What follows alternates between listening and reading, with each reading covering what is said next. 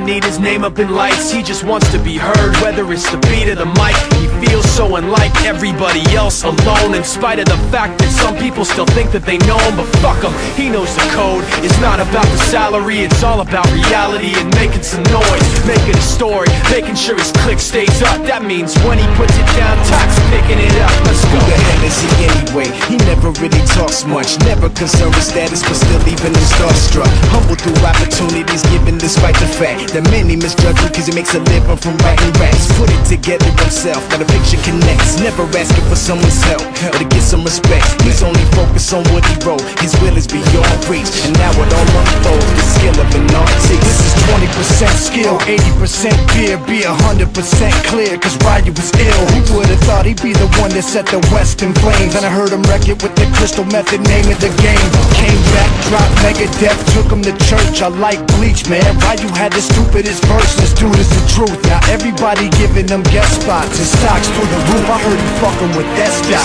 This is 10% luck, 20% skill, 15% concentrated power of will, 5% pleasure, 50% pain, and 100% reason to remember the name. They call him Ryu, he's sick and he's spitting fire and Mike got him out the dryer, he's hot. Found him in Fort Minor with top, but a fucking nihilist porcupine. He's a prick, he's a cop. The type women wanna be within rappers, hope he gets shot. 8 years in the making, patiently waiting to blow. Now the record with your notice taking over the globe. He's got a partner in crime, his shit is equally dope. You won't believe the kind of shit that comes out of this kid's throat. He's not your everyday on the block. He knows how to roll with what he's got, making his way to the top. He don't think it's a comment on his name. People keep asking him, was it given that birth or does it stand for an acronym? No, he's living proof. Let him rock in the booth. He'll get you buzzing quicker than a shot of vodka with juice. Him and his crew are known around as one of the best, dedicated to what they do and give 100%.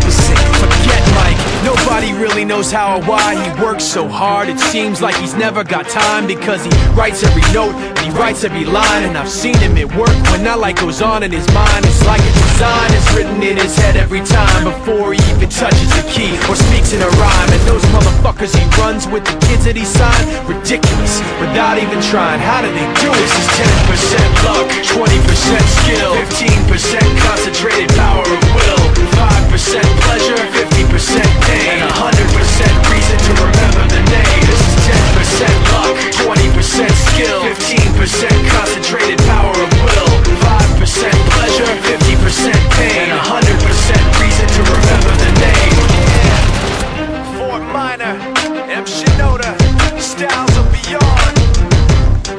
Ryu, Talk Beer, Machine Shop.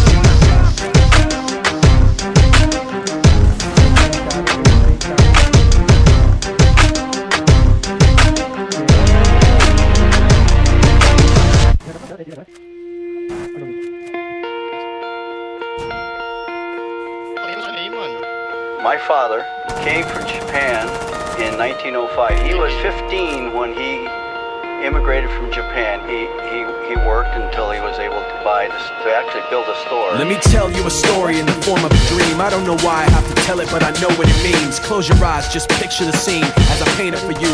It was World War II when this man named Kenji woke up. Ken was not a soldier. He He was just a man with a family who owned a store in LA. That day, he crawled out of bed like he always did, bacon and eggs with wife and kids. He lived on the second floor of a little store he ran. He moved to LA from Japan, they called him immigrant. In Japanese, he'd say he was called Issei. That meant first generation in the United States, when everybody was afraid of the Germans, afraid of the Japs, but most of all afraid of a homeland attack. And that morning, when Ken went out on the doormat, his world went black, cause right there, front page news, 3 weeks before 1942, Pearl Harbor's been bombed and the Japs are coming. Pictures of soldiers dying and running. Ken knew what it would lead to, just like he guessed. The president said the evil Japanese in our home country would be locked away. They gave Ken a couple of days to get his whole life packed in 2 bags. Just 2 bags, couldn't even pack his clothes. Some folks didn't even have a suitcase to pack anything in, so 2 trash bags is all they gave them. And when the kids asked Mom, where are we going, nobody even knew what to say to them. Ken didn't want to lie, he said the US is looking for spies, so we have to live in a place called Manzanar, where a lot of Japanese people are. Stop it, don't look at the gunman. You don't want to get the soldiers wondering if you're gonna run or not, cause if you run then you might get shot. Other than that, try not to think about it. Try not to worry about it being so crowded, cause someday we'll get out. Someday, someday.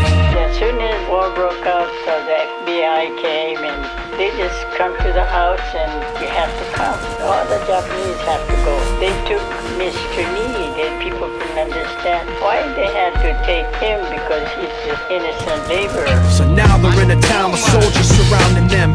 Every day, every night, look down at them.